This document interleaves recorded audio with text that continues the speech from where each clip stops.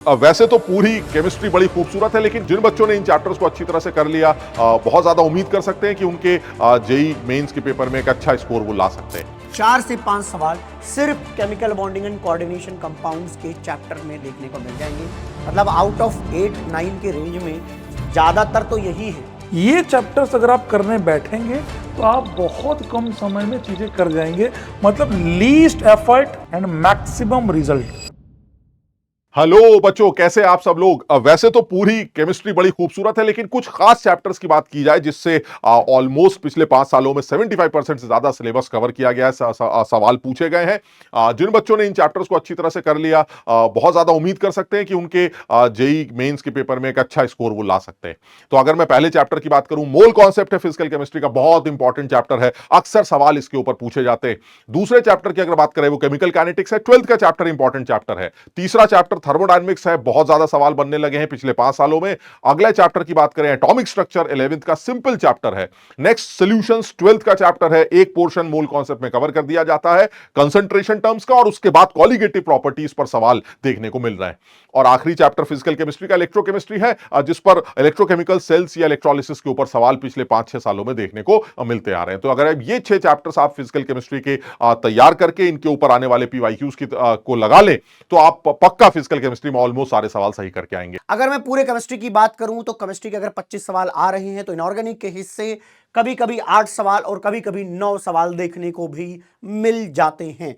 हमारे पास सिर्फ यही 6 चैप्टर हैं। बोला जाए तो ये सारे चैप्टर तो सच बताऊं तो पढ़ के ही जाना है, क्योंकि भैया इनमें ज्यादा है नहीं। 6 चैप्टर्स का कंटेंट बहुत ज्यादा भी नहीं है। हाँ, निश्चित रूप से ये 2 चैप्टर थोड़े बड़े हैं, इसीलिए इनका इंपॉर्टेंस भी बहुत ज्यादा देखने को मिलेगा। सबसे ज्यादा क्वेश्चंस इन्हीं 2 से देखने को मिलेंगे। अगर मैं बोलूं तो ऐसा देखने को आपको मिलेगा कि 4 से 5 सवाल सिर्फ chemical bonding and coordination compounds के चैप्टर में देखने को मिल जाएंगे। मतलब आउट ऑफ 8-9 के रेंज में ज्यादातर तो यही है। ठीक है, इसके बाद आप देखोगे डी एंड ए ब्लॉक, ये इंपॉर्टेंट रहता है, करीब करीब एक क्वेश्चन आते ही आते हैं। सॉल्ट का आपको एक क्वेश्चन देखने को मिल जाता है। ठीक है जी, यहां पी ब्लॉक, और ये जो पी ब्लॉक है ना, ये बड़ा छोटा सा है, बहुत छोटा सा है। मैं कहूंगा कि 2 घंटे का ही कंटेंट है, तो इससे आने और ना आने की प्रोबेबिलिटी रहती है। मैं आपको बताऊं, कुछ चीजें ऐसी पी ब्लॉक वाली हैं जो हम कई चीजें पढ़ लेते हैं पीरियोडिक टेबल के अंदर, तो आप यहां कंसिडर कर लो या यहां कंसिडर कर लो, वो आपके ऊपर है। तो इसीलिए मैं चाहूंगा कि इसमें कभी कभी जीरो आएगा और कभी कभी एक क्वेश्चन आने का चांस होगा, और यहां पर पीरियोडिक टेबल में एक क्वेश्चन आने का ये चांस होगा। तो कुल मिला के प्यारी सी बात यह है कि भैया जो 8 से 9 सवाल आते हैं, अगर उनको मैं देखूं तो ये कुछ इस तरीके से डिस्ट्रीब्यूशन होगा, जिसमें से ये 2 ही चैप्टर ऐसे हैं जो मैक्सिमम पोर्शन कंटेन करते हैं। पीरियोडिक टेबल से एक सवाल तो रहता ही रहता है, हो सकता है कि 2 आए तब यहां से नहीं आएगा। ठीक है, तो कुल मिला के मेन बात यही है, क्योंकि इनऑर्गेनिक केमिस्ट्री में टोटल नंबर ऑफ चैप्टर ही इन्होंने कम कर दिए हैं, सिलेबस रिड्यूस्ड है, पी ब्लॉक बहुत छोटा सा है, तो 5 चैप्टर ही सही तरीके से बचते हैं। इसीलिए हर एक लाइन आपके लिए पढ़ना इंपॉर्टेंट है।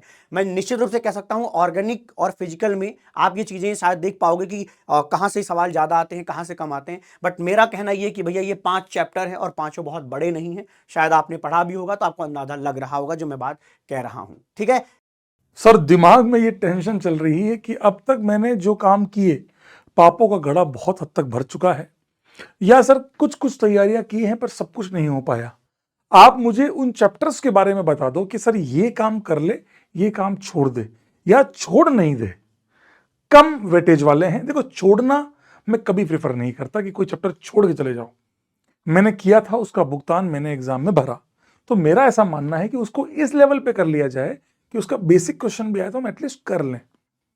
उसका कोई बहुत अच्छा वर्जन आ जाए तो उसको छोड़ देंगे, बट कोशिश करेंगे कि हम कंप्लीट कर सकें। फॉर एग्जाम्पल, मैं आपको एक एग्जाम्पल के साथ समझाता हूं। आईयूपीएससी, जीओसी, आइसोमेरिज्म, ये 3 चैप्टर तो मस्ट है। ये 3, बायोमोलिक्यूल प्यूरिफिकेशन, क्वालिटेटिव क्वांटिटी, इनमें आपको कुछ नहीं लगेगा। मैं आपसे वादा करता हूं, ये चैप्टर्स अगर आप करने बैठेंगे तो आप बहुत कम समय में चीजें कर जाएंगे। मतलब least effort and maximum result.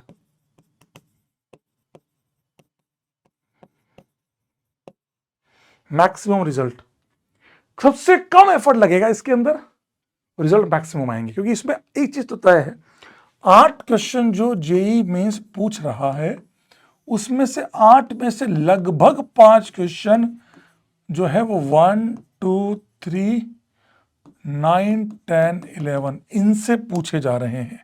आप मेरे कहने का मतलब समझ गए होंगे कि पिछले कुछ सालों को आएगा कि नहीं आएगा गारंटी नहीं, पर हाँ मैक्सिमम अगर मैं पेपर पैटर्न को चेक करूं तो इन 6 चैप्टर्स के साथ आईयूपीएससी एक क्वेश्चन आ रहा है, एक क्वेश्चन इससे आ रहा है, एक इससे आ रहा है, 3 और एक इनसे आ रहे हैं, एक इससे एक इन दोनों से मिक्स करके आता है, तो 5 क्वेश्चन लगभग इनसे आते ही हैं, 4 मिनिमम, 5 या 6 मैक्सिमम।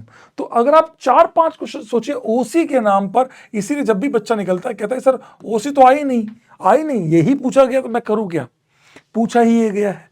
अब सर ये 6 चैप्टर तो करने हैं, यहां पर भी वही वाली बात है, एफर्ट्स इनमें थोड़े अच्छे हैं, इसमें मैक्सिमम है, इसमें कम है, इसमें और कम है, वही वाली बात है, इसमें भी वही बात बोलूंगा, least efforts compare to this 4 5 6 7 8 इनके मुकाबले लीस्ट एफर्ट्स हैं और मैक्सिमम रिजल्ट है। आप मेरी बात को समझ पाए होंगे। इन 6 चैप्टर में सबसे अच्छी बात, इन 6 चैप्टर में एफर्ट्स भी लीस्ट है और रिजल्ट भी मैक्सिमम है। That is the beauty of that part. मेरी बात समझना।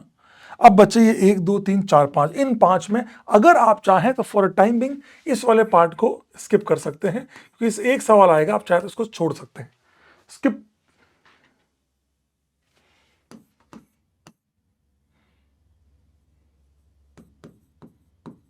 लेस एफर्ट, इस पर लेस एफर्ट मारिएगा, है ना।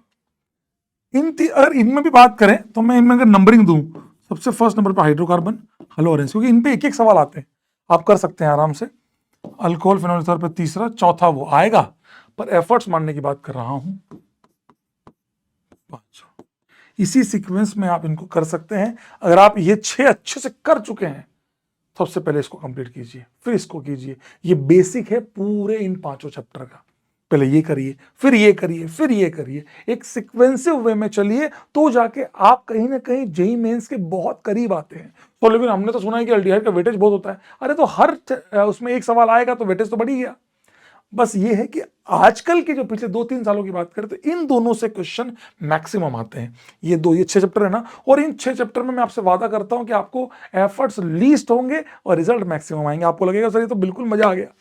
सोचो ना, अगर 8 में से 5 क्वेश्चन, 4 क्वेश्चन अगर आप करके आ जाते हो, 50% ओसी आपकी खत्म हो जाती है, तो आपके लिए इनमें से कोई, अगर आपने करा ये और ये भी कर लिए तो आपके 7 क्वेश्चन हो गए। मैं आपको क्लियर कर देता हूं, अगर आपने 2 चैप्टर कर लिए तो आपके 6 से 7 क्वेश्चन का काम हो गया। अब 1 या 2 क्वेश्चन जो है वो इनको मिला के आते हैं। तो अब आप चाहें कि सर मैं तो अब उस मुकाम पर हूं जहां पर मैं नहीं कर सकता सब कुछ, तो फिर आप ये करिएगा, पहले ये 6 चैप्टर, फिर ये सीक्वेंसिंग में मैंने आपको जमा दिया। समझ में आया? सर मैं तो सब कुछ कर चुका हूं, थोड़ा प्रैक्टिस करनी है, तो पहले इनकी प्रैक्टिस को खत्म करें, फिर इस सीक्वेंस में इनको प्रैक्टिस करें। अच्छा, प्रैक्टिस भी इसी सीक्वेंस में करें सर? Yes brother yes. अब अपने एफर्ट्स को मैक्सिमम करिए ताकि रिजल्ट भी मैक्सिमम आए, है ना। हाँ, इनमें एफर्ट्स कम लगते हैं तो इसका मतलब ये नहीं है कि हमें नहीं करना है या बाद में कर लेंगे, पहले निपटा लो, प्रैक्टिस कर लो ताकि ये पक्के हो जाएं। लास्ट मोमेंट पे आप इनकी और प्रैक्टिस कर लीजिएगा, लेकिन अभी आपको ये कंप्लीट करने ही चाहिए। ठीक है, चलिए, this was a video for all of you, love you all.